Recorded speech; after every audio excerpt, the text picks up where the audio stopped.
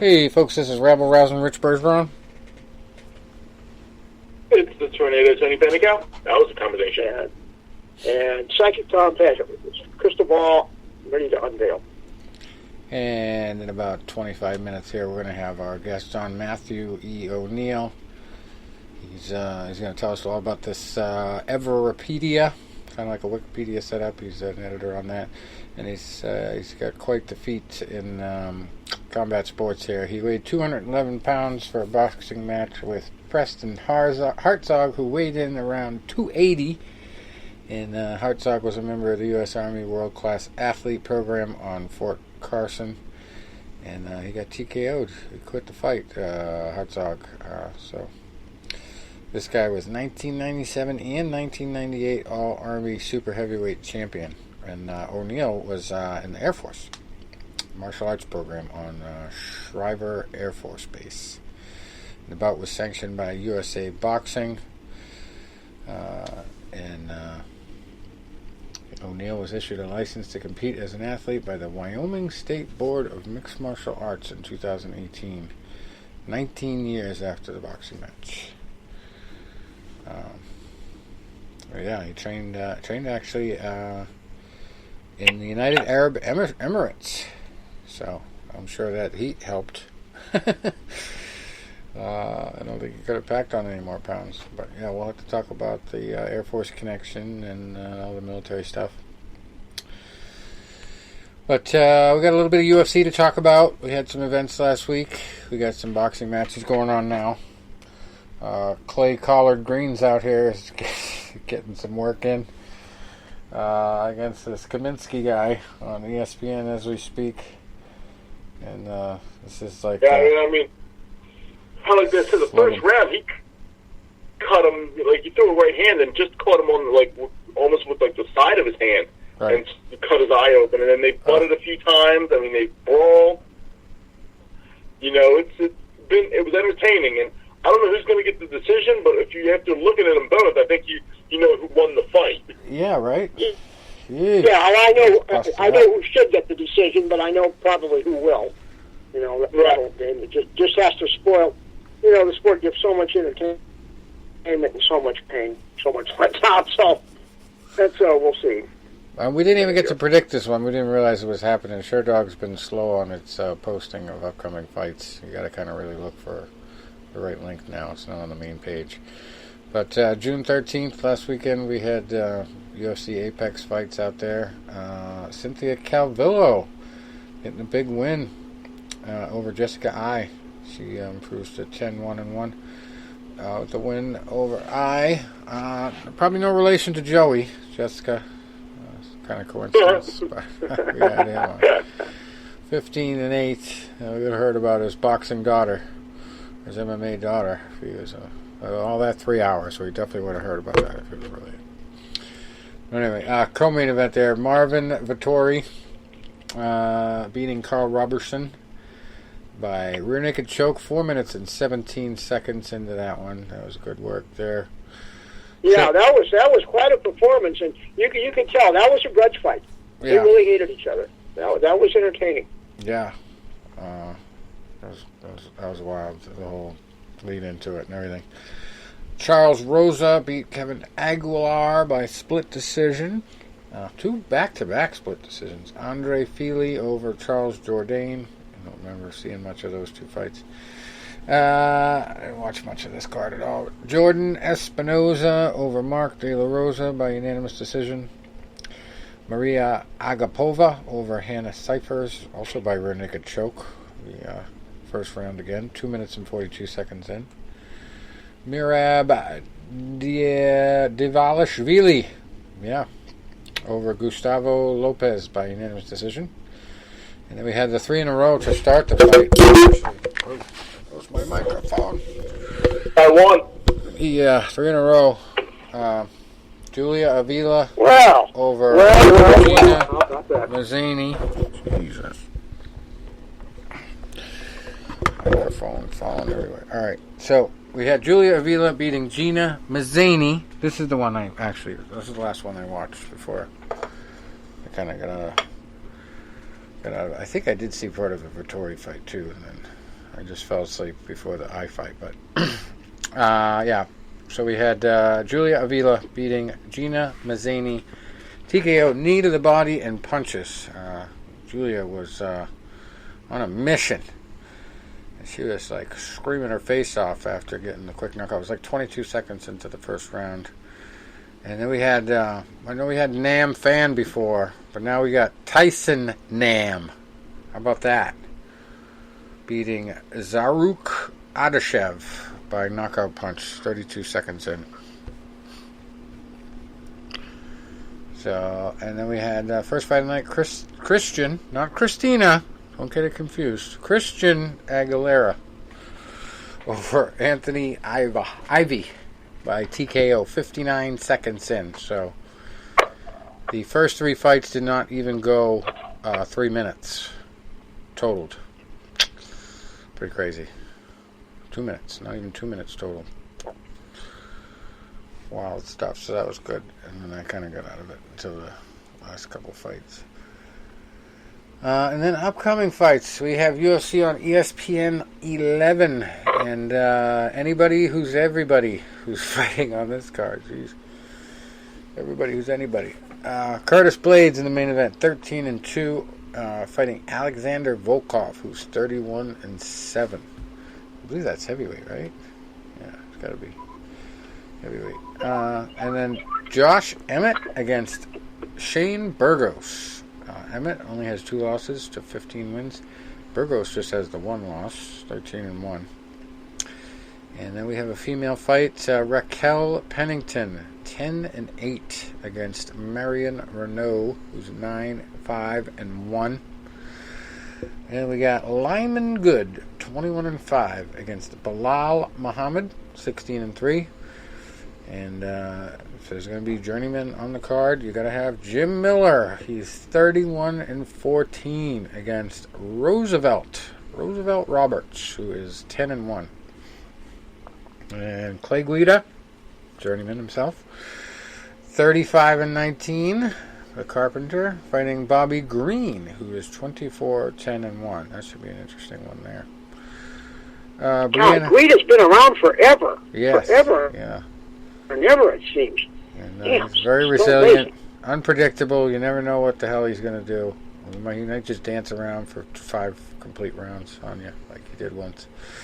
But I think this is going to be a tough one for him to keep at a distance. Bobby Green likes to fight close, so this is going to be a good one. Both of them have a lot of experience.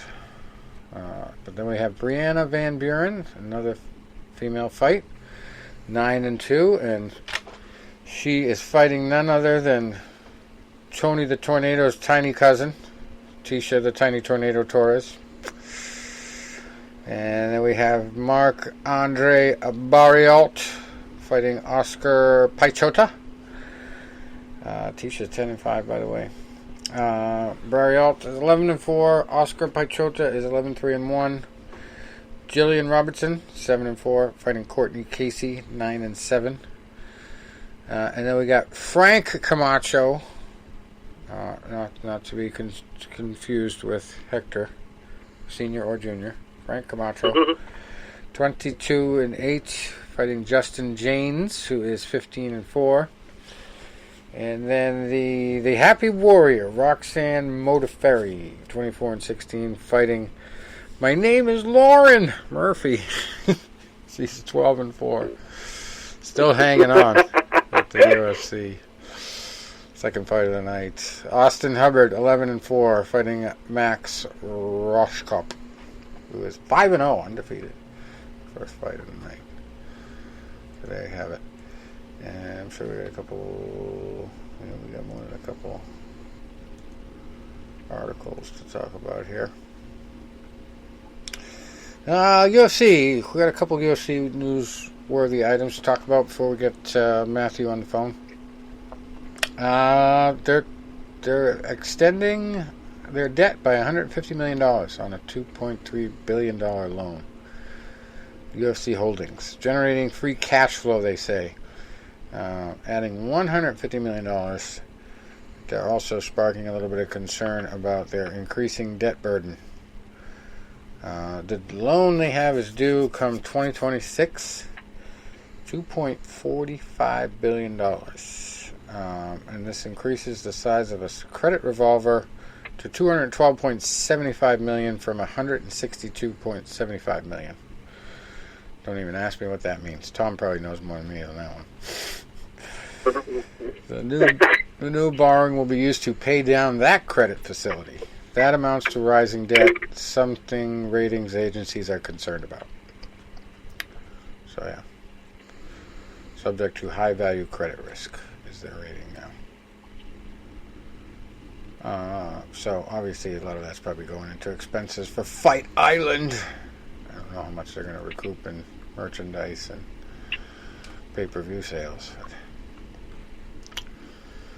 That's in the news. And guess what? Good old Andrew Yang found his way into the mixed martial arts news this week. The guy that was going to give us $1,000 a month universal income. Everybody in America over 18. Andrew Yang. No surprise. He wants to help out UFC fighters. He's been a UFC fan for decades, he says. And he actually said he had his bachelor party at an Ultimate Fighter finale in Las Vegas. So he's serious about the fighters. The man, the legend. Yes. Andrew Yang. That's Andrew Yang. The Yang Gang.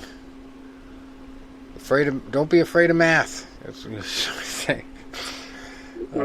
Anyway, so he knows his math. Not just because he's Asian, but he figured out a way to make everybody get $2,000 a month or $1,500 a month. I forget how much he wanted to pay us. $1,000 a month, yeah, minimum. $1,000 a month. Universal Basic Income, UBI. Yeah, nobody thought it would work. I never looked at the plan for how it would work, if it was going to work.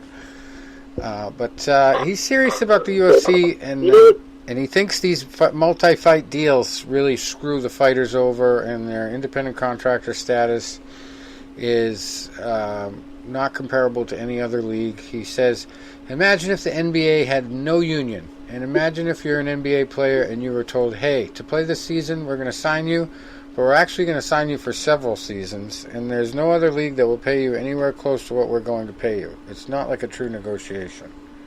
To fight once, you have to sign multi-fight deals. There's no real bargaining power on the part of the fighter. The fighters, many of them have to fight or starve in many cases, so that's not a true negotiation. So there you go. That's what Andrew Yang says. Now, what do you think Dana's response will be if that question comes up at a press conference? What do you think? Do you want to give your imitation, or do you want me to do it? I'll do it. I'll do mine, you do yours, alright? We've made so many millionaires, I don't know what everybody's crying about. And then after that, of course, F that guy. Yeah. You don't know what he's talking about. You can't even see.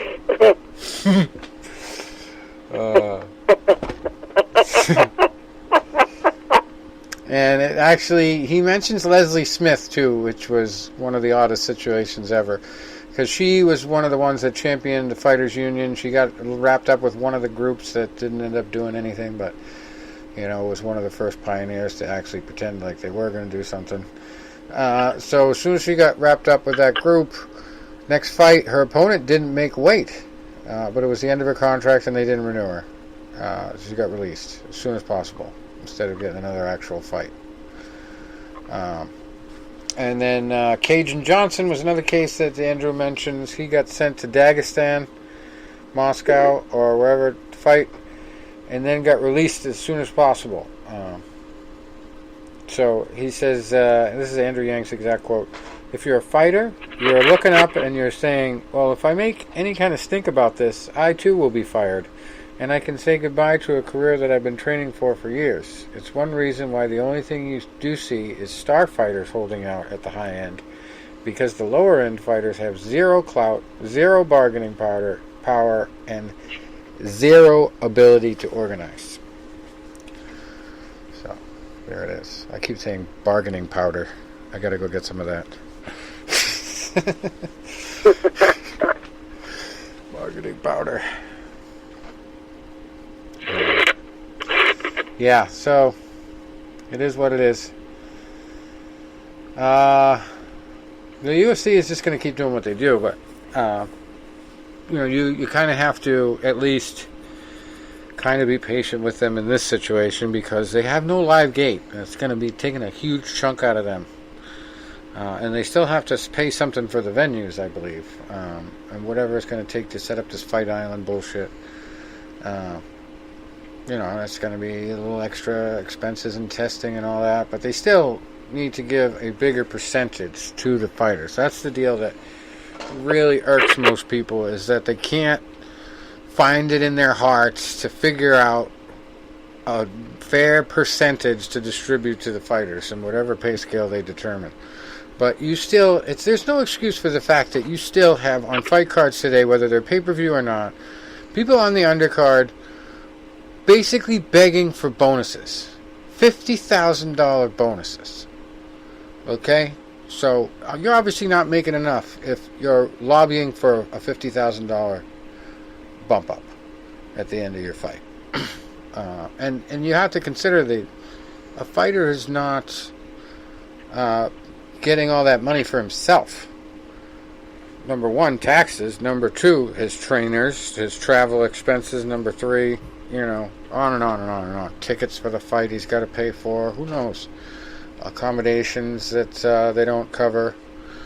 So, yeah, $50,000 goes a long way in that scenario, and they treat it like it's a bar, a friggin' vault full of gold, because it's not planned into the agreements with the rest of the team, and you really fight with a team. So, anyway.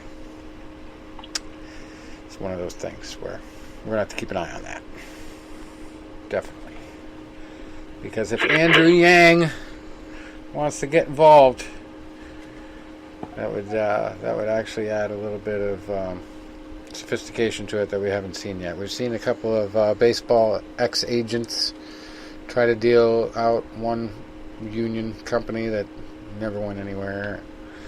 Even the friggin' Las Vegas Culinary Union pretended to want to unionize the fighters, but all they did was write articles about, how they were underpaid and stuff. Anyway.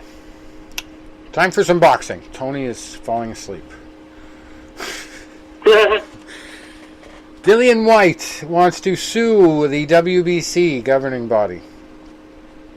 This is a article I just ran into the other day. Not sure exactly what it's about. I believe it has something. What is the basis of his lawsuit? Yeah, hold on. I'm waiting for it to boot up. Got my 2007 computer here.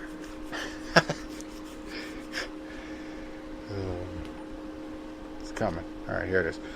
So the WBC announced that interim heavyweight champion Dillian White will be pressing charges against the governing body. White is WBC's mandatory challenger for the heavyweight title. However, given that dates are not confirmed, White has decided to take legal action. White faced Oscar Rivas back in July. Let's see. And won a unanimous decision to secure the title. To secure a bout against Tyson Fury. Also, WBC President Mauricio Suleiman revealed that White will get a shot at the title in February. However, with Fury set to face Deontay Wilder and Anthony Joshua, it's unlikely White will get a shot. And actually, Fury said he didn't want to fight White. He would give up the title.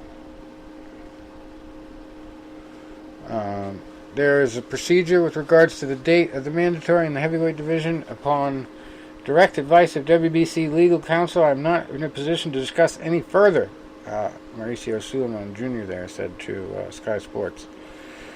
Fury's promoter revealed he'll be putting in a special request to delay the mandatory bout by at least a year.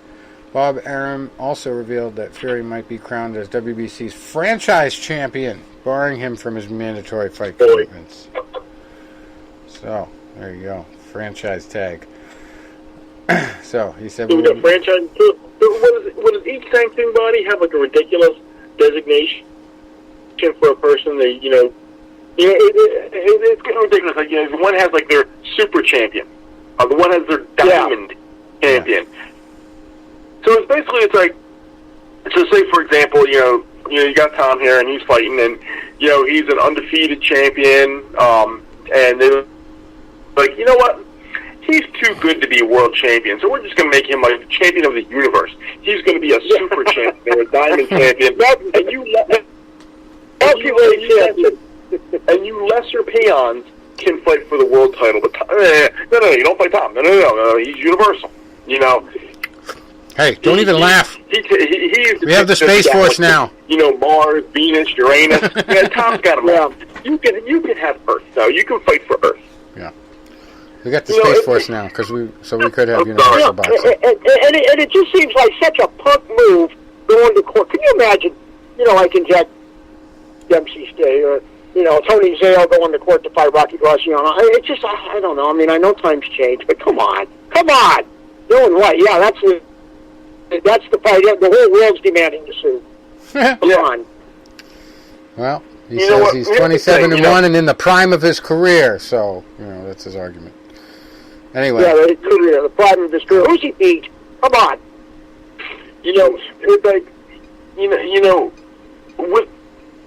with the way, and I'll say this with any sports, but especially your combat sports, your boxing, your UFC, your mixed martial arts, you have so many brands now and so many people. I remember, when I was, I'll say, 15, 16 years old, early, mid-90s, and I would get my Ring magazine or my KO magazine or my World Boxing magazine, and I would sit there and I would look and I would see, at the time we had three major sanctioning bodies, the WBA, the WBC, the IBF, which, it was kind of shitty, but and I heard the old timers complaining about it, like my dad's, relatives and some of his friends, and they would tell me the days. And me, when we just had one when me and your dad were young. One champion, it was 8 divisions, and they got too much going on now, and, I long for those days of the late 80s, early 90s now. Right. But, I remember I would get my Ring magazine, and they would have, the rankings on there, and this is before they had, like, their Ring magazine title and, their undisputed championships and all that. So you would say, okay, and we'll say we'll go to heavyweight. So back in 1992, it was Evander Holyfield. And you would see Evander Holyfield, and next to his name would say WBA, WBC, IBF. And then you would see all the contenders. You would see the guys like Riddick Bowe and Ray Mercer and Tommy Morrison and Razor Ruddock. Mike Tyson was in jail at the time.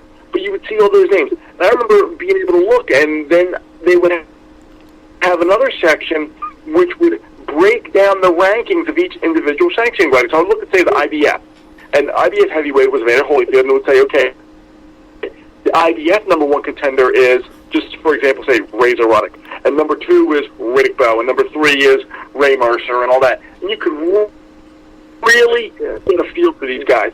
Now, with there being so much, everything is so watered down with, first of all, not only your 85 world champions per division in boxing, but you have a lot of international, and now you have other brands of fighting with your combat sports and your MMA and your UFC and your Bellator and all that. So, it's hard. Like, these guys not only have to be good fighters, they need to, almost build a brand for themselves. And I think that's why so many guys are afraid of losing their undefeated records. You almost have to market yourself to stand above the competition. It's like advertising. You literally have to advertise yourself because you can get a good ranking, but if a good ranking doesn't necessarily mean pay-per-view numbers unless you're fighting somebody that's Manny Pacquiao and Floyd Mayweather would draw great numbers pretty much no matter who they fought because they were the draw. So whether they fought, Castillo or Ricky Ricky Hatton or, so on and so forth, the fight would sell. Marcos Maidana, didn't matter. But if you get a guy that's like, okay, Dillian White, and he's Anthony Joshua, might not sell. Because it's like Joshua's like, okay, yeah, he can sell, but he's kind of bland, and, he got knocked out by Ruiz, and now he's cautious, and I'm not going to pay to see him. And who's he fighting, Dillian White? Nah, I don't care. Oh, wait, he's fighting Tyson Fury? Oh, I'll buy that. That... And again, what's wrong with using your fighting style, though? Look at Mickey Ward and Arturo Gatti. I mean, they didn't really tackle a whole lot of trash, but when they fought, I mean, just because of their style, they didn't really need to have a brand. Their fighting was the brand. Those days you're right. I mean, it is sad now how you got to get on social media. Has been a cancer for it. But I mean, in the days of Ward and Gatti, they didn't have to really have a brand. They were the brand. All right. Just watch them. Break it up. They're boxing fan and those guys are fighting. I said, we got what I wrote, and I started it as the Gotti article after his retirement in 07, and then I re-released it with a different forward after his, and I still call it a murder, in 2009. And I remember saying when he was going to fight Mickey Ward for the first time in 2002, I saw that announced in a Ring magazine, and it was like, Gotti was good. Gotti, you knew what Gotti was, win or lose. You knew what you got.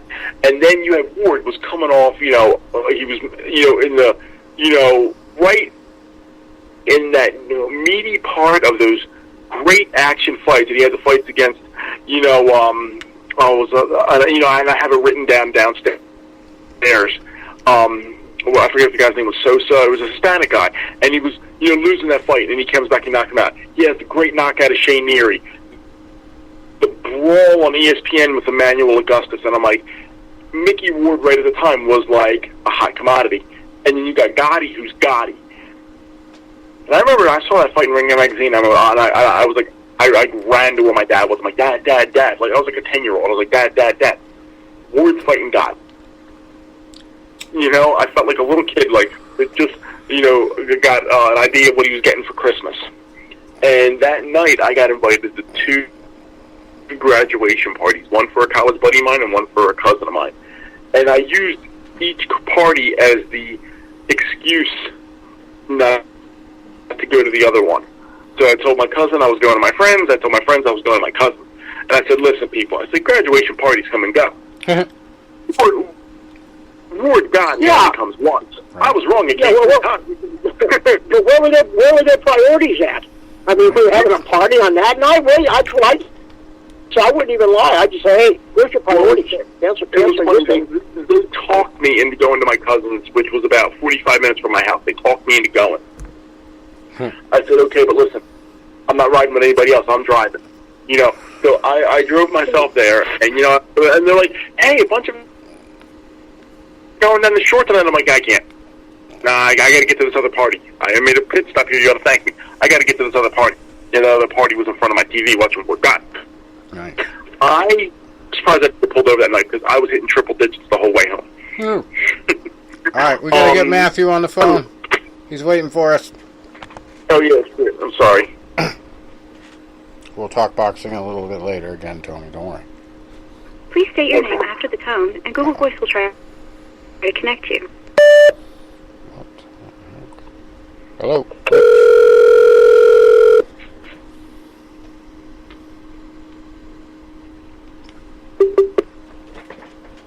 Hello? Matthew. Yes. Can you hear me? Yeah, yes. All right. You're on the phone with Tony the Tornado and Psychic Tom Padgett. And so, tell us a little bit about this fight of the century here you were involved in. Yeah, my name is Matthew O'Neil. I'm from Plymouth, Massachusetts. I competed as a USA boxer twice. I TKO'd Preston Hartford. He was in the world-class athlete program back in 1999.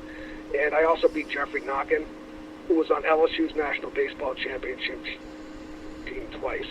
I did so when I was in the Air Force martial arts program on Schriever Air Force Base. I was allocated to use the facility on Schriever Air Force Base for 3 years. But the actual fights occurred at the 3D boxing gym. And the fights were also facilitated by Lockheed Martin and Steve Griffin from O'Fallon, Illinois. Awesome. Right now I'm working as an editor for Everpedia.org. It's an online internet encyclopedia set. And I was #1 ranked editor. Contact Paul Baden and DeMarcus Corley. They were former world champions. And I basically have used my boxing credential along with my Bachelor of Science degree to get a media credential from Everpedia. It's based on Santa Monica, California. Sweet. Now, this guy outweighed you by quite a bit, right? This Preston Hartzog? Yeah, he's right around 280 pounds. Preston Hartzog, when I beat him, he was 1997 U.S. Armed Forces champion. And he won a silver medal at the Military World Games. Yep.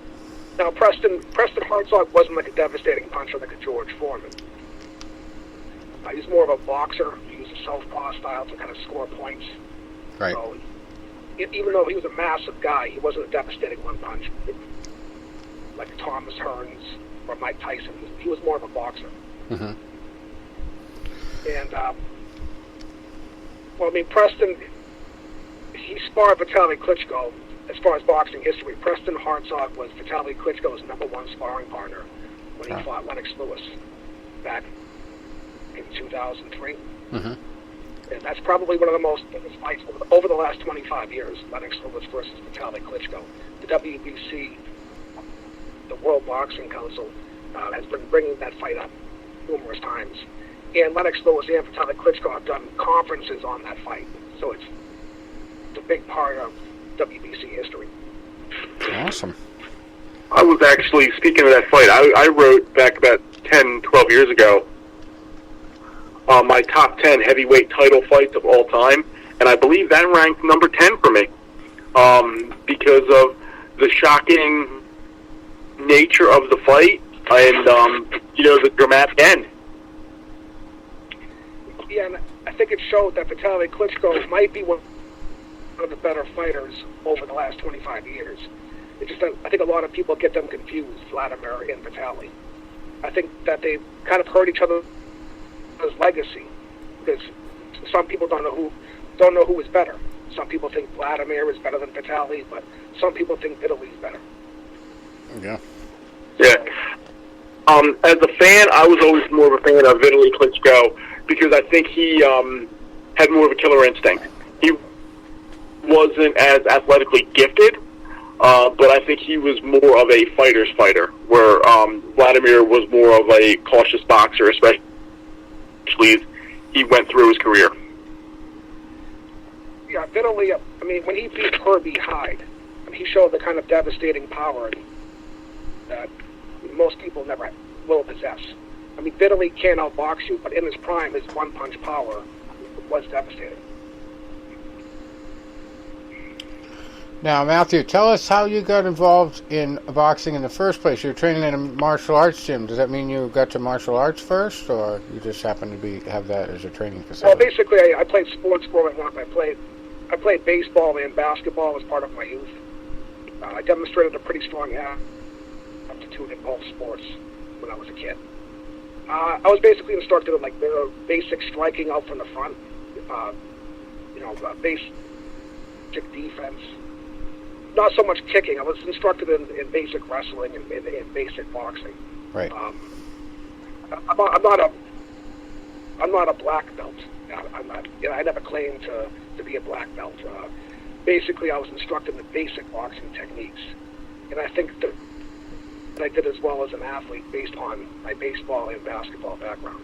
Yeah. I'd like to put a little bit of weight training in there. I put free weight squats, free weight deadlift. Right. Free weight bench press, stretching, a lot of running, a lot of push-ups. I'm not Willie Pep. I was never a tremendous boxer, but I was pretty good at baseball, and I was a power hitter in baseball and softball, and I beat both fighters conclusively. I think based upon the baseball and softball background, but I was able to hit the ball far in both sports. Yeah. I think that in the heavyweight division, it's it's possible for a person to beat themselves. Yeah. It's actually possible for a person to knock themselves out. I think that Preston Hartzog, when he boxed against me, proves that a person can actually knock themselves out in a boxing ring. Yeah. He threw a hard punch. Even though he was 6'4", he bent all of his body weight down. Mm-hmm. He was a better boxer than I Well, was. I mean, it's kind of interesting you mentioned the baseball background, because none other than Rocky Marciano had a stellar baseball background, and he was one of the lightest heavyweight champions ever. 185 to 189 for most of his fights, and here you are, doing the same thing with a heavier guy. He fought heavier guys for most of his career. And he had that baseball crouch. He would come up from the crouch to throw a lot of his strikes. And I did a lot of research on him. I wrote actually a pamphlet about his trainer, Ali Colombo. And I spent a lot of time in Brockton, Massachusetts, where he grew up and met all of his family and everything. And just such an interesting baseball background that he had. And he was a power hitter, too. But he never had the interest that he had for boxing and baseball. And he didn't throw the ball fast enough to second base. I think that Rocky Marciano was probably... That was his big thing. That's sorry for interrupting you. I think Marciano was probably one of the best heavyweights of all time. Yeah, considering his weight, definitely. I mean, 189 pounds. It was like the heaviest he weighed in, and he's fighting guys over 200. Yeah. He was 184 when he won the title. Yeah. I think 189 was his heaviest during his defenses. Yeah. So was this guy a little heavy, like fat, or was he just like a muscular 280 pounds? Well, he had weight all over. They had him doing weightlifting when I boxed him because he was in the world-class athlete program on Fort Carson. Yeah. So they had him do weights. Mm-hmm. But it proves that I'm the only person ever beat him conclusively. He lost to Willie Chapman back in 2005. And Willie Chapman has scored a lot of upset victories. Sweet. But I'm the only person to ever stop Preston Hartzog conclusively. Yeah. I just think that he probably underestimated me a little bit. You know, he got caught like in an exchange, and he bent his knees. They always underestimate the Air Force, don't they? Oliver McCall versus Lennox Lewis is a good example. Lennox Lewis kind of bent his knees too much. Yeah. He just stood straight up, like in the rematch. Yeah. So what did you do in the Air Force? Don't want to... Can you talk about it? Well, I worked as or is it classified? Yeah, I was a communications computer systems operator. I was there for 4 years. I did 4 years. Yep. I also qualified for an Air Force ROTC scholarship. Oh, cool. Attended UMass Amherst back as a teenager. I qualified for the scholarship opportunity. They offered me a non-scholarship cadet position there. Mm-hmm. I passed the first year at UMass Amherst, no problem. And I was a civilian cadet in the Air Force ROTC program. Yep. And basically, I did the 4 years. I have a Bachelor of Science. I graduated in 2001 from Colorado Christian University. Mm-hmm. It's in Lakewood, Colorado. Yep. That Bachelor of Science. I applied that to Harvard University. I had a salary with them. Cool. I took the time to fail as an options candidate back in 2004. I applied for a Coast Guard commission. Mm-hmm. But unfortunately, the interview didn't do that. I didn't do that good on the interview. I failed the interview. But it's basically very, very difficult to get a commission at 28. Yeah. You want to get a commission.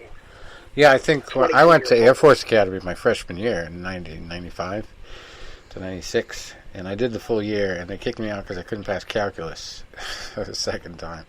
No, they put me in trigonometry. I failed that. Then they threw me in calculus, and I couldn't pass that. So it was like, that's it. But I had the boxing guy get me the athletic person on the board.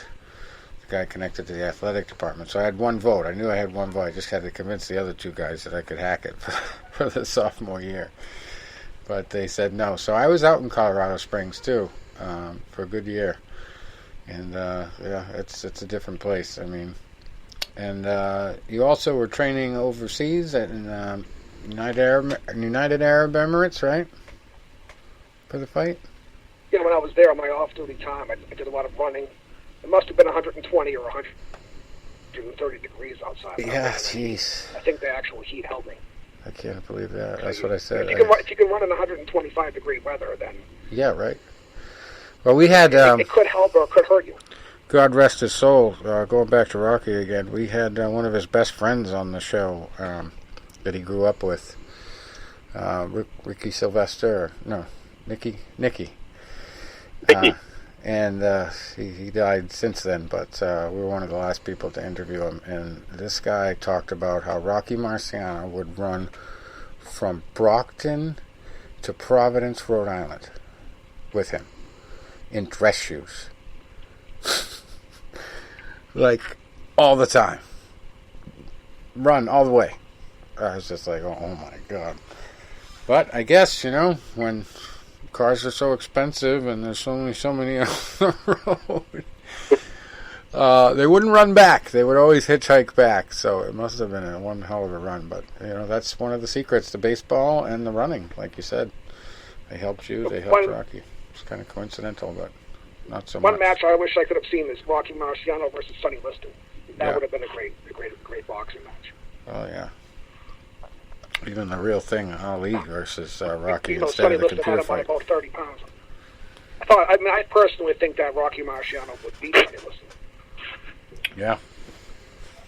He had that that right is hand. that is a great debate. Would be. I think a lot of them would, see if Rocky could, get away from that sledgehammer jab early, even if he's just slipping it by about an inch or two, and getting inside the Liston's body. Because for as strong as he was, Liston, sometimes could be vulnerable downstairs. And Liston also quit a lot of his fights too. He quit against Muhammad Ali. He had that in his background, that he would actually quit if he was pressed. So probably Marciano's best chance to beat him would be in the late rounds. Yeah, absolutely. Oh, I'd like to mention one quick point. Again, my name is Matthew E. O'Neil, and I'm currently working for Everopedia.org. It's based out of Santa Monica, California. And the encyclopedia set, it has hundreds of boxers' biographies on there. All the great boxers from past years. And also like irrelevant boxers as well. It has a tremendous database of boxers on the website. And I really think that with this coronavirus that's happening, boxing can actually come to the forefront because it's one of the only sports that's stepping up and having live action. The NBA, the Major League Baseball, they're not top-ranked boxing. They understand that gamblers want to see boxing. Yeah. And in a weird way, it could help boxing a lot, the coronavirus. I just don't know how bad it's going to get. Yeah, I think we just all need a little herd immunity. But they're not going to let us herd too much until the thing disappears or we get some kind of a crazy vaccine. But anyway, you also have a connection to Plymouth, Massachusetts. I had mentioned that in my text that I spent a lot of time there. It's probably the most amount of fights I've gone to is in Memorial Hall. Gone to a lot of them, like probably about 15 different fights, and a lot of them are on YouTube, on our YouTube channel. Back in the day, like when it first started there, and there was like not really even a set of regulations. They just went by the seat of their pants, but they did really well, and nobody really got hurt or anything like that. And they always put on great shows, and it was really the pioneer days for the women back then. And I remember particularly one women's fight, and it was like one of the best MMA fights I've ever seen. And I used to always say to the girls we'd have on the show, all the way up to Misha Tate, as far as, famous ones, that sometimes I would watch these female fights and it would just be like, these girls are fighting for something a little bit more than the guys are. It's like they're fighting for all of womankind. And Massachusetts was one of those groundbreaking places for that. So, yeah, it's interesting you have a connection to that and the hall itself, right? Yeah, I played basketball there when I was 15. Yeah. And it's a multi-purpose Memorial Hall in Plymouth. They do concerts there. Yeah. They've had major acts there. They've had Blue Oyster Cult and Air Supply. Cool. Also perform there. So they've had like line acts perform at the facility, and they spent a lot of time to renovate it. They spent tens of thousands of their seats. Sweet. I spoke with the baseball coach. His name was Dwayne Follett. Dwayne Follett has been coaching baseball in Plymouth for 30 years. Now, Plymouth has never received any type of Division I scholarship for any of their sports players. Yeah. Football, basketball, baseball, they historically have never received one Division I scholarship. I spoke with Dwayne a few years ago, back in 2013, about my time in the Air Force, and that the town really needed to get Division I scholarships. And Dwayne followed through, and he got 2 scholarships for the town, Boston College and Northeastern. Sweet. Because definitely, if you push yourself, I pushed myself to train for thousands of hours. I just didn't show up to compete against Preston. Right. And also Jeffrey Knockin, he was on LSU baseball twice. Jeffrey Knockin assigned a bat on birthpoint.com. I beat him by a 10 count. He was knocked out cold for a 10 count. Wow. And I spent so much time in the training. Personally, if you want to score a knockout, the sparring is the key to it. Sometimes you can spar too many rounds, and it hurts your adrenaline levels. Right. You have to kind of ascertain how many rounds you want to spar against. Yeah, Floyd's gym is known for heated sparring. There's one of the Daniel Cormier's gym in Florida. They're known for some serious live sparring. All the heavyweights are always getting hurt in training. But yeah, some places go too far. Some places don't go far enough, I guess. But yeah, Tony will tell you all about Philly gym wars. Yeah. Philly gym wars. What got you into being interested in boxing in the first place? When I played the other sports, I did not play varsity sports in high school. I didn't try out. I definitely wanted to get some type of accredited or sanctioned athletic credential under the age of 26. I played so many sports as part of my development. I needed to get some type of credential. I missed out on the letters they offered. And what did you... I had to do something. Boxing suited me better. Cool. What would you say you loved most about boxing? Sorry, yeah. Well, I didn't mind getting hit in boxing. When I got punched, it didn't bother me. So that helped a lot. I didn't mind getting punched. That's key, yeah. That's usually key. Some people, they hate that, so as soon as they just want to quit boxing. Yeah. You know, one of them, like Roberto Duran quit against Sugar Ray Leonard. But a lot of people quit boxing because nobody wants to really get hit. I had the pleasure of meeting... It can be dehumanizing getting hit. I met Roberto once Young people in Vegas. That was kind of cool. I gave his bodyguard a business card, but he acted like he spoke no English. I think that's how he avoids most small-time people. He does speak a little, but he acts like he speaks nothing when you shake his hand and try to talk to him. But yeah, he was a big quitter in that one fight. Yeah. You have to have a mentality and a physique that is different than any other athlete in boxing. And, like they always say, it's an individual sport. You do have your coach and you have your fellow people in the gym, but you go out there yourself in the ring. That's just all you. And, Teddy Atlas, actually, I had interviewed him years ago, and he said, he gives such respect to anybody who's willing to walk up there and put themselves at risk like that in the ring and fight. So it just takes something different. And I remember, the one time I quit in a fight, it was a sparring match at Annapolis when I was with the Virginia Military Institute's boxing program, and I had come off the semester break, 20 pounds heavier than usual. Had not done any running. So I ended up going against the same kid that made me quit in regionals at the end of the year, after we were doing 7-mile runs once a week and 3-mile runs 3 times a week. And it was a totally different story. I wiped the mat with the kid. I gave him a busted nose and 2 black eyes. So that got me to nationals, and then one fight at nationals I won, and then I got against Michael Jordan, the guy's name was, no lie, not the basketball player. And he beat me He was a better inside fighter than me at the time. I was trying to jab, and he liked to go inside and throw the uppercuts and the tight hooks.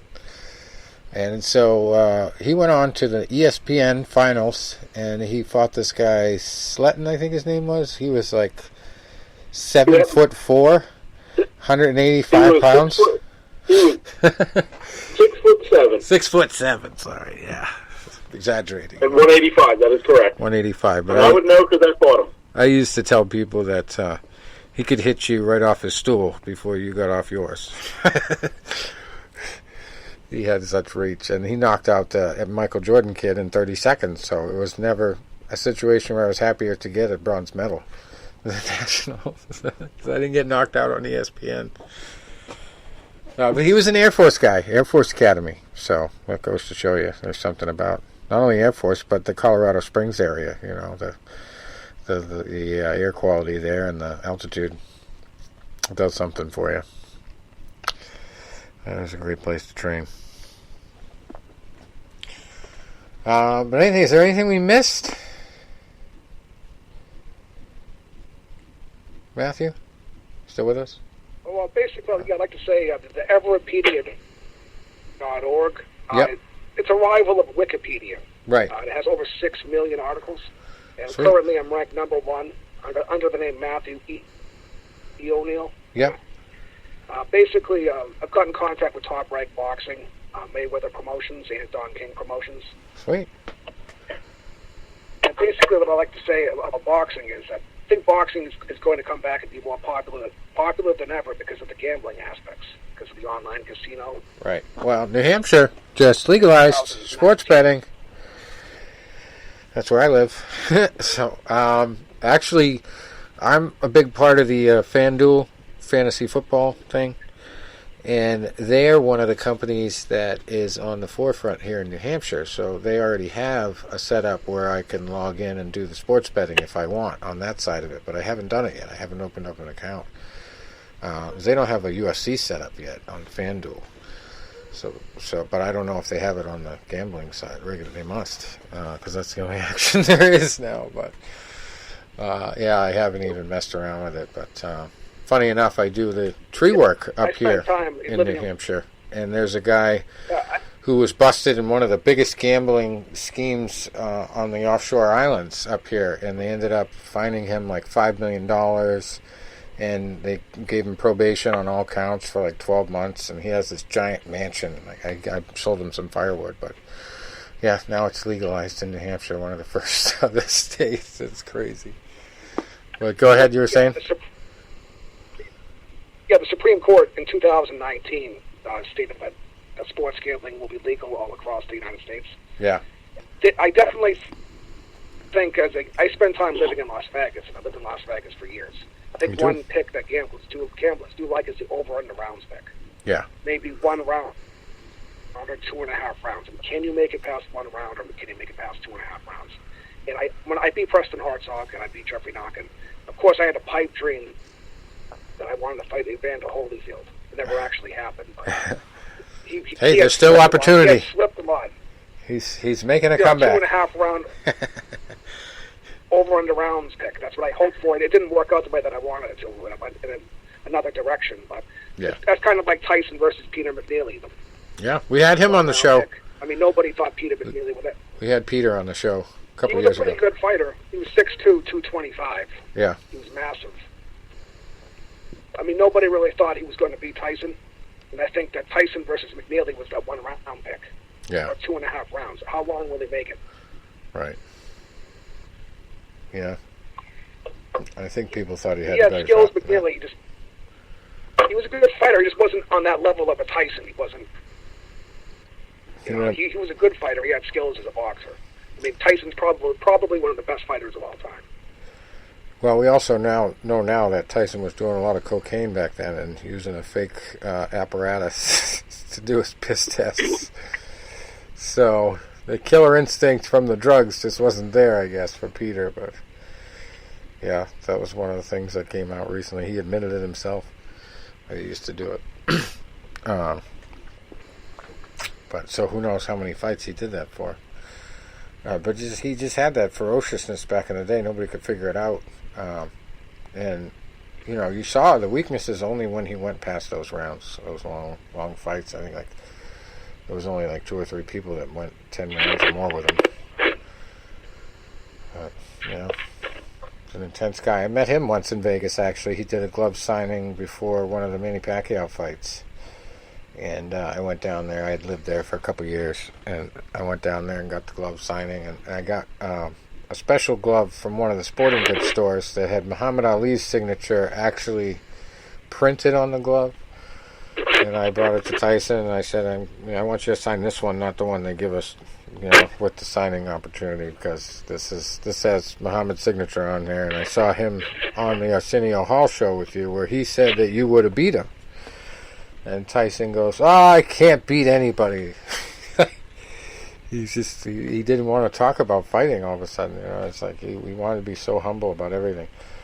So he was just very dismissive of it, but he signed it. He was cool about it, and I said, you should come on my radio show sometime. And he goes, I don't know. And I gave the guy the business card that was, in charge of the thing, but he probably just threw it out. He's got so many people trying to get in touch with him and talk to him. But yeah, only paid $300 and something for that opportunity. I didn't even get a picture. But I got the glove still. It's all certified. So who knows how many of those he signed. But yeah, Mike Tyson was the one I tried to model my left hook after, in particular. And I did a lot of coaching up at Norwich University. When I left Air Force Academy, I still went and did the military school thing and crossed over to Virginia Military Institute and boxed on their intercollegiate program. But I did a club program at Norwich, where we had fights on campus and everything like that. And I can definitely vouch for fighting a guy over your weight. I fought a football player once. He was the only guy who was willing to fight me, and he'd only boxed at 7 practices all year. He was just doing it to stay in shape for football. But, we had events, and we were having one big one at the end of the year, and he goes, I'll fight you. I go, all right. He goes, but there's one thing, to give me 30 seconds at the end of the fight, and I don't want you to hit me at all. I said, all right, I'll take that bet. So, sure enough, he just waited for those 30 seconds, and, about 20 seconds into that 30 seconds, he was going to hit me one more time, and I was going to go down. So I'm in the corner, just doing defense, and he hit me that one last time that I saw stars, and I just jabbed him 3 or 4 times. He got out of the corner, and I think to this day he hasn't forgiven me, because his plan was to knock me out in front of all my friends and the whole school. But yeah, I foiled the attack. I broke my promise. I had to do it. Yeah. But who can blame? I read once that Willie Pep, the great fighter Willie Pep, who was a featherweight, he once won a round without throwing a punch. Yeah. They were talking about that recently. That was brought up in another discussion. Awesome. All right. Lateral movement in a boxing ring. I was a big advocate of trying to obtain one-punch power. I had a training system that they showed me. Right. Like a Julian Jackson. I'm not comparing myself to the all-time greats. I just think that it's possible to score one-punch knockouts if you train in a certain way. Yeah. Actually, we had a program that we talked about. We had the actual fighters on it. It was called Blue Collar Boxing. It was like one of the original streaming things they did online before all the streaming services they have now. They did this program, and it was all like YouTube based, and these guys that were friends in Silicon Valley decided they were just going to come out of the cubicle and fight each other, and they were going to go through all the training and everything like that. And they had this one guy from Harvard on there, and he showed this study that they actually did on monkeys. They put these helmets on them, and their heads would twist really fast to the right or to the left with these helmets on them. They're attached to a machine type thing. And as soon as that violent twist was made, they would just pass right the hell out. Standing up, just passed out. So then they developed a study on concussions and the way the brain hits the side of the head. And the twist they were saying that they did is just exactly like somebody hitting you with a swift hook right or left to the point of the chin. And your top of your brain goes one way and the bottom of your chin goes the other way. And then that just is a light switch for most people. If you hit them hard enough, it's just a total light switch. And then, they say the temple is a knockout area, but that doesn't happen as often. I think there's a reason why they say the guy has a good chin. It's because, you have to keep that chin stationary in those situations. You can't let it twist that violently. So yeah, that's what I used to always look at too after I saw that. I didn't get a chance to really fight competitively too much after we got the website going and everything like that. But yeah, in school, that's one thing I used to always wonder about. What was the deal with knockouts? Because I was 185, my heaviest really, and I never got a knockout. Never once. Almost got knocked out myself in the intramural training at Air Force Academy. I had to lay down in the stands for about 20 minutes before I could walk back to my room. But yeah, I made it through the fight. It was only 2-minute rounds, but I made it through. That was my impression that, yeah, these guys, he was a sophomore, the kid I fought, I was a freshman, and I said, Jesus, these guys are in shape. So I had to get in shape. But, like that's half the battle, is being in physical shape to do it. And then just having the smartness to know how to avoid the most dangerous punches, and when you do get hit, be able to take it and just respond well. I find a lot of the MMA fighters these days, because of the too much of the martial arts background, they don't know how to block their faces. They don't have good facial defense. They have their hands up way past their ears, over their head, trying to get ready for kicks and stuff. So they don't have a tight defense to the face like boxing will teach you. So it hurts them a lot. But Air Force Academy, they went through all the basics with us. Even everybody that had been there for years would go through all the basics every day, every practice. We would always go through the basics, catching and parrying, The jab was in particular my favorite punch. And that was just ingrained into me. Not even just to set things up, but they really taught us the major differences between the quick jab and the power jab. And just the ability to just stop somebody in their tracks from trying to come in on you by just peppering the crap out of them with jabs. So that's kind of the place where I fell in love with it. Did you have a favorite punch? Talk about one punch power. Yes. I think my best punch I had was, of course, right hand. It's a straight right. Yeah, Rocky, right there. Right cross. I'd like to mention something. Again, my name is Matthew O'Neil, and my career has been covered by John J. Responte. Yep. John J. Responte is an author. He co-authored Intimate Warfare. It's about Mickey Ward and Arturo Gatti. Yeah. And John J. Responte also authored a book called Blood on My Notebook. Both of his books are found on Amazon.com. And I'd like to say, Arturo Gatti, I respect his career, Arturo Gatti. I just think that, personally, I thought he had too many losses to resurrect his career, which means, he would lose fights. It just didn't seem to affect him. He kept getting picked back up by HBO after he would lose. And I'm sorry that he passed away. He passed away back in 2009 at the age of 37. I was just always a big advocate in boxing that if you lose, it's catastrophic. That you have to kind of start over. Yeah. I just don't think it's good protocol for a person to lose fights, and it's okay because he has a good style, and let's put him on TV again. I don't like that. I don't have any losses. I was going to lose, but I don't have any losses. I just think that losing catastrophically like Gatti, it wasn't good for the sport that he kept getting paid over and over again. Yeah, it's a brutal sport. They take advantage of everybody as a rule and a right sometimes. Some of these promoters, and it's kind of a sad affair in a lot of cases. But that's the other side of the UFC too that I always complain about. They want these guys to put on a show.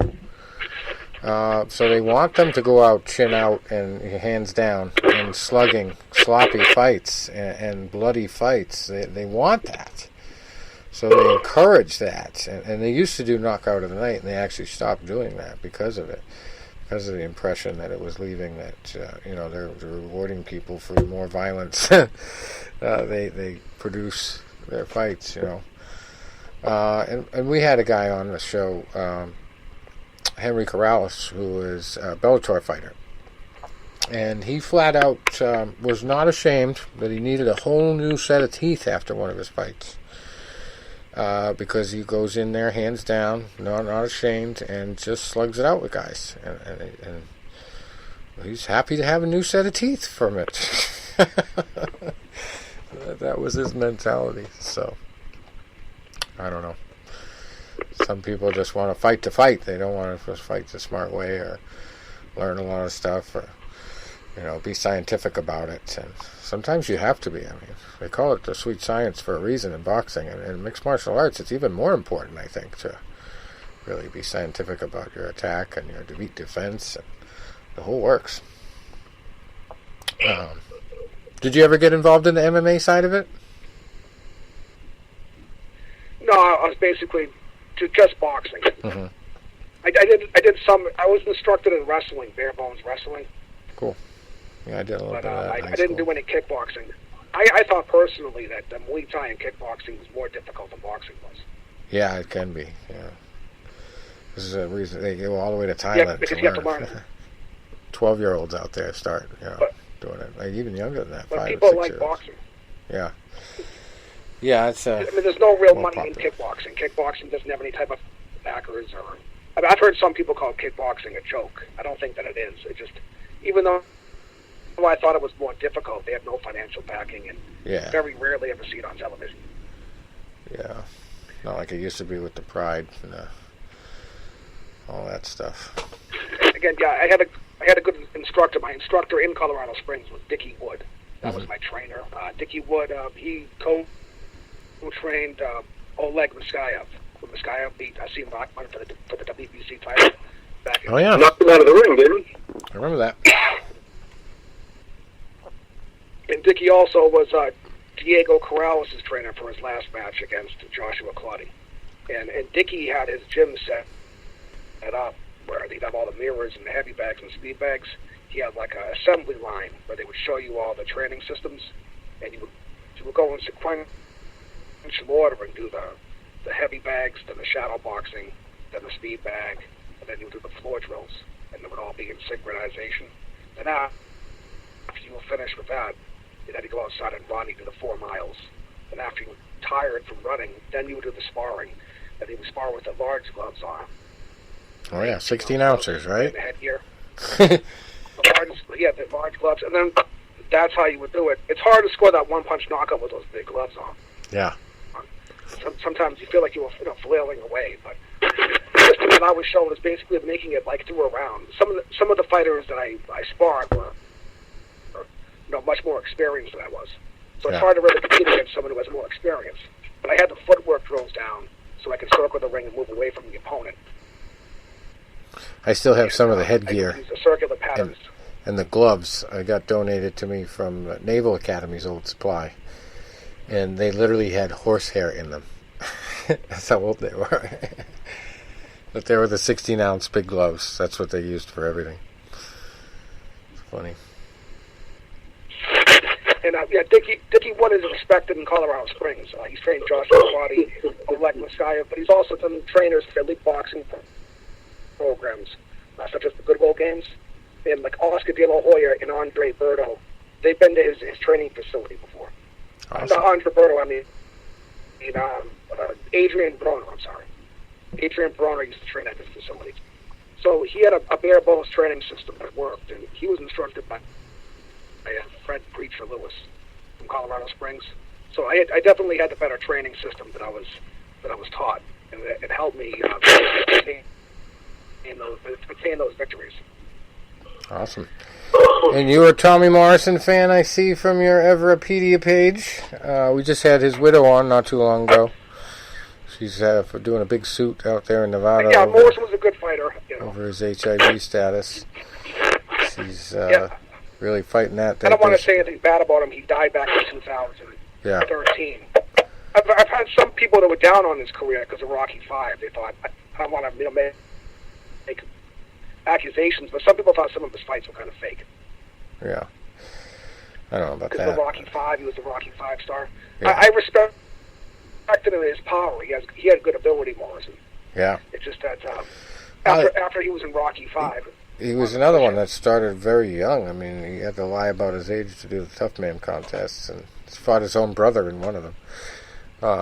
So before he even got on the map, he knew how to fight, and then he got on the map. And the only problem I have with Morrison's career is when he fought Ray Mercer. I mean, Ray Mercer absolutely destroyed him. Oh yeah, that was a tough one. And he got hit with. When we interviewed Ray about 5 or 6 years ago, he told us in that fight. He goes, "Bobby was hitting me so hard in the body." He goes, "I was farting in the ring." And he goes, "I think to myself, I'm wearing white trunks." He goes, "I better not go out before I shit myself." Yeah, he said he punched harder than anybody he faced. Morrison had good skills, but I mean, after Morrison got creamed by Mercer, they tried to bring him back like he did lose. Yeah, I mean, he lost catastrophically. Yeah, that was a bad one. I mean, he was a good Morrison, but he didn't have that many really sanctioned amateur fights. Yeah, he did fighting, but he didn't do the premier. He fought against guys who were in the Olympics and fought in international competitions, and most of his amateur fights were unsanctioned smokers. So even though he knew how to box and he was a good boxer, it was like a AAA or a AA player playing in the major leagues. Oh yeah, just didn't have the experience. Some people think he had a glass jaw. I don't think his chin was glass, but he was knocked down 13 times. Alrighty. Anything else you want to mention? You got the Everpedia. Now, how do people sign up for that? You just go to everpedia.org. Do you have to sign up to just an online encyclopedia? Be a part of it, or you just research there? You can browse. It has over 6 million articles and on all different subjects. It has a business office in Santa Monica, California, with 15 full-time employees. Sweet. And so you set me up a page. Wikipedia is. You set me up with a page. I can edit that myself and everything now, but do I have to sign up to do that? Yeah, you should be able to do an edit once. Anybody can edit pages, except I'm in contact with the company. They issued me credits. Okay. I have a Bachelor of Science. They gave me... I have unlimited tokens. You might only be able to make a few edits. Mm-hmm. Technically speaking, anybody can edit. Right. Just they have security for their system, and so you couldn't make 50 edits in one day. Okay. Prevents people from going. That's a business office. That's a business office. So that's video capabilities, and it's definitely an enhanced version of Wikipedia. Yeah. It has more to offer than Wikipedia does. Yeah, I like the design better too. For sure. It's less textual, more interactive. I graduated from Colorado Christian University. It's in Lakewood. They have a main campus there. Yeah. I have a Bachelor of Science in Computer Information Systems Management. That along with my athletic background. And I've been in contact with the CEO and all the major personnel. And I have up near 10,000 edits. Awesome. Which makes me the #1 editor of all time. Wow. Keep up the good work. It's a major media credential for me. All my career. I definitely want to pump up the sport of boxing, get more people involved, and try to attract more fans to the sport. Yeah. Well, one of the things that the coronavirus pandemic, whatever you want to call it, it's created is a lot of debate over these classic matchups. What if this guy had fought that guy? So you're going to see a lot more people until boxing gets fully back on their feet, the sport itself gets back on its feet. You're going to see a lot of people wanting to research the old fighters and really, have a basis for their argument when they pick their winner and try to defend it on these social media platforms.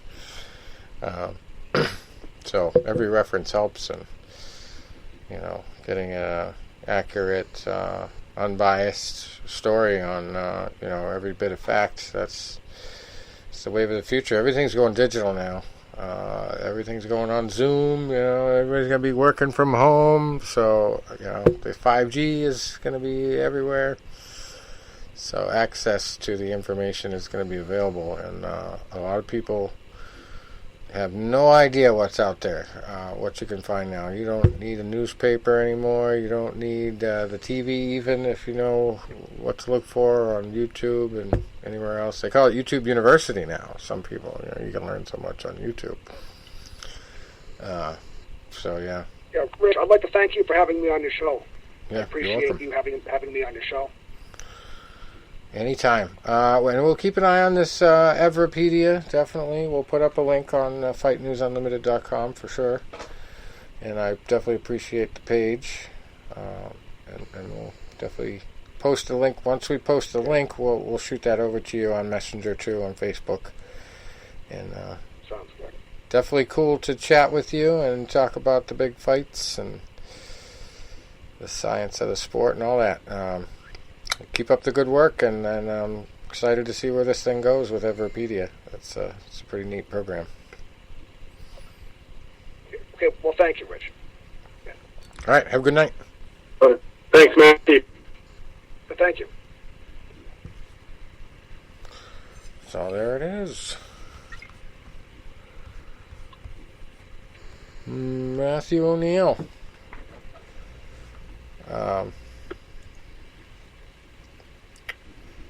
Pretty good story there.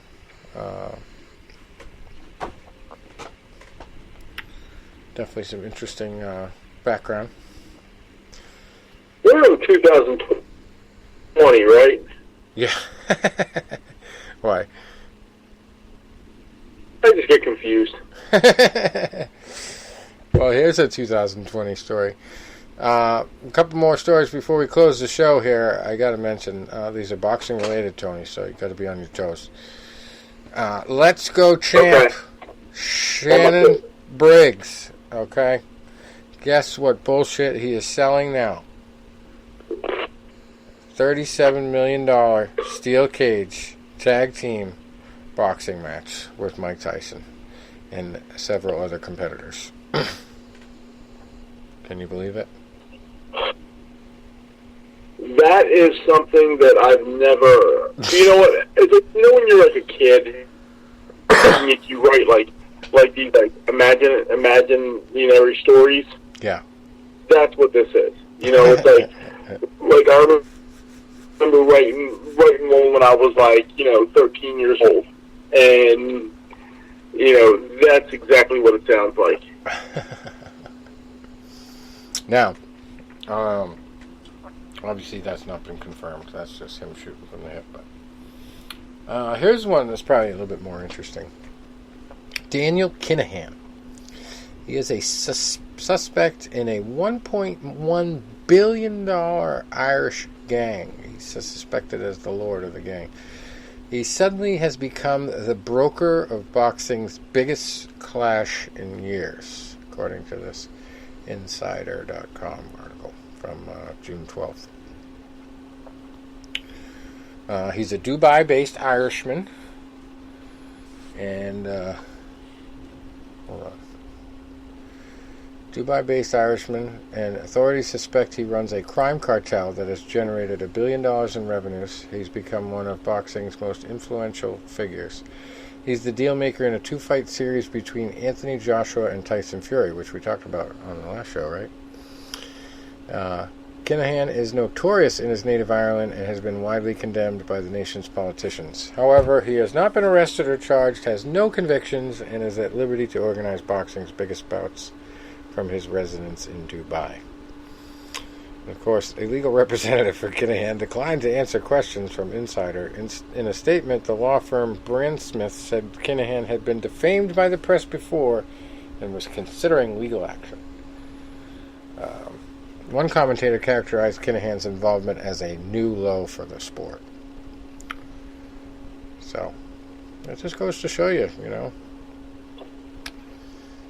Yeah. If you have good lawyers, you could look like you've never done any wrong. But you dig deep enough, you know that ain't true.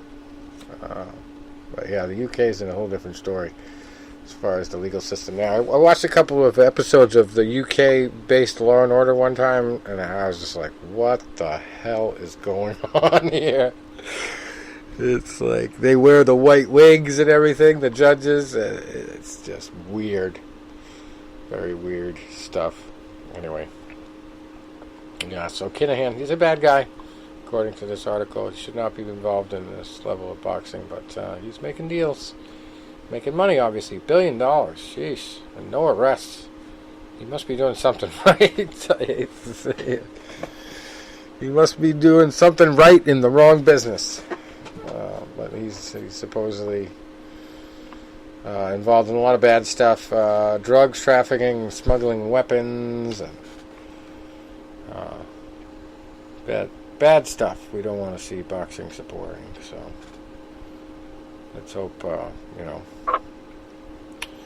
they figure out how to deal with that situation and prosecute him for whatever crime they can. Maybe, they might have to do tax evasion or something like they did Al Capone, but no, we don't need that kind of influence on boxing. And it makes you wonder if that's... not too long ago we had that shooting at the weigh-in, right? It's got to be related to this in Ireland. We talked about that on the show. It's guaranteed related to that. So that's not a good look for boxing when you got people getting shot at the weigh-in. It's bad enough when not really. It's bad enough when you got the fight that got canceled because of the fist fight at the weigh-in, the female fight there. Nuts. Anyway, let's go to Box Rec. I know we're going to have some coming up this weekend. Who won the? Yeah, we got fights on right now. We got the original main event got postponed, and Timothy Bradley was a little upset because it was the main event fighter's co-manager came to the fight, and then he tested positive for COVID, and his fighter ended up getting scrapped. It's like, did the co-manager have to be there? He wasn't a trainer. He wasn't a cut man. A co-manager. You fucked everybody, basically. So now, the fight that was the co-feature is now the main event. Flores Jr. and Ruiz. I don't know much about these guys. And I believe on Saturday we got a title fight. Yeah. What, is Emmanuel Navarrete? Is that the one? Yes. Emmanuel Navarrete versus Yuri. That is right. It is Navarrete, isn't it? And then Francisco Fonseca. Before I get a second, I want to mention, and I don't know if you guys saw this or not. Did you guys see the fights? Like this is the fourth card they've had, and the fight that was last Thursday night after we got off the air, and the main event was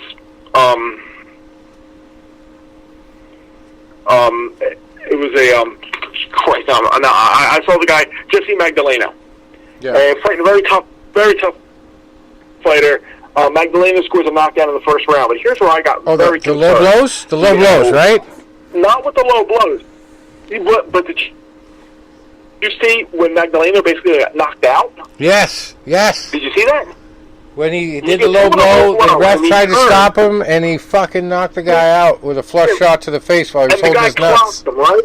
And Magdaleno goes down face first. Yeah. And he's on the ground for about 3 or 4 minutes. And, he's answering, he's talking, he's blinking his eyes. And Robert Bird's like, we'll give you 5 minutes.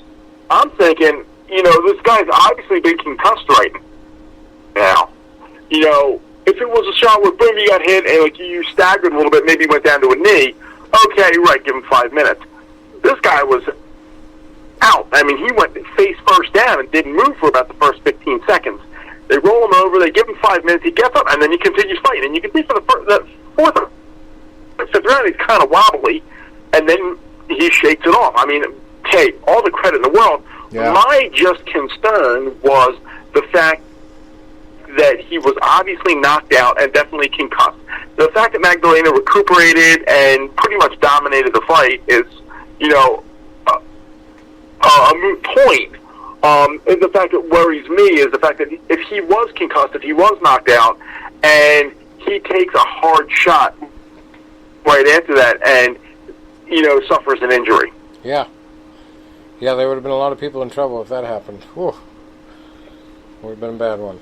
But they gave him quite a bit of time to recover. It was sort of more of a flash knockdown than anything, and it was simply because he was not guarding himself. Which he shouldn't have been, because the ref said to stop. And the ref took a bunch of points off him. Rosenberg was trying to get in there, and I understand that there's a language barrier, and he's trying to say stop or no or whatever, and in the heat of the moment. But I think it was more than a flash knockdown. I mean, you look at it again, he gets hit, and he goes face first down. His face basically bounces off the canvas. Yeah. And he doesn't move for about the first 15 seconds. I've seen guys, boom, they get hit, they go down to a knee, or they go down on the seat of their trunks, they go down on their ass, and they shake their head and they get up. That's a different story. This guy basically went motionless. There used to be a computer game called Low Blow back in the 90s. And the object was you could use like 3 of your own low blows to win the fight before you got disqualified. Like the foul pole Galata. He always used to foul people. Yeah. But, this one was pretty vicious. You hit him in the nuts, they tell you to stop, and then you blast him in the face. Kind of reminded me of the dude in MMA, I forget his name now, Paul Harris, I think, who always would put the leg lock in, the guy would tap, and he would hold on to it for an extra minute. A referee would have to, tackle him to get him to let go. And he had a language barrier, too, but he did it for spite, I think. It was like a game to him. But, yeah, he finally got suspended for it. This guy got disqualified. He deserved it. I mean, really, he wasn't about to win the fight anytime soon when he got disqualified.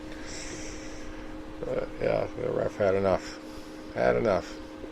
Anyway, nothing huge this weekend. We got Emmanuel Navarrete on Saturday, 31-1 against Uriel Lopez, who is lucky 13 wins, lucky 13 losses, and 1 draw. That's his record.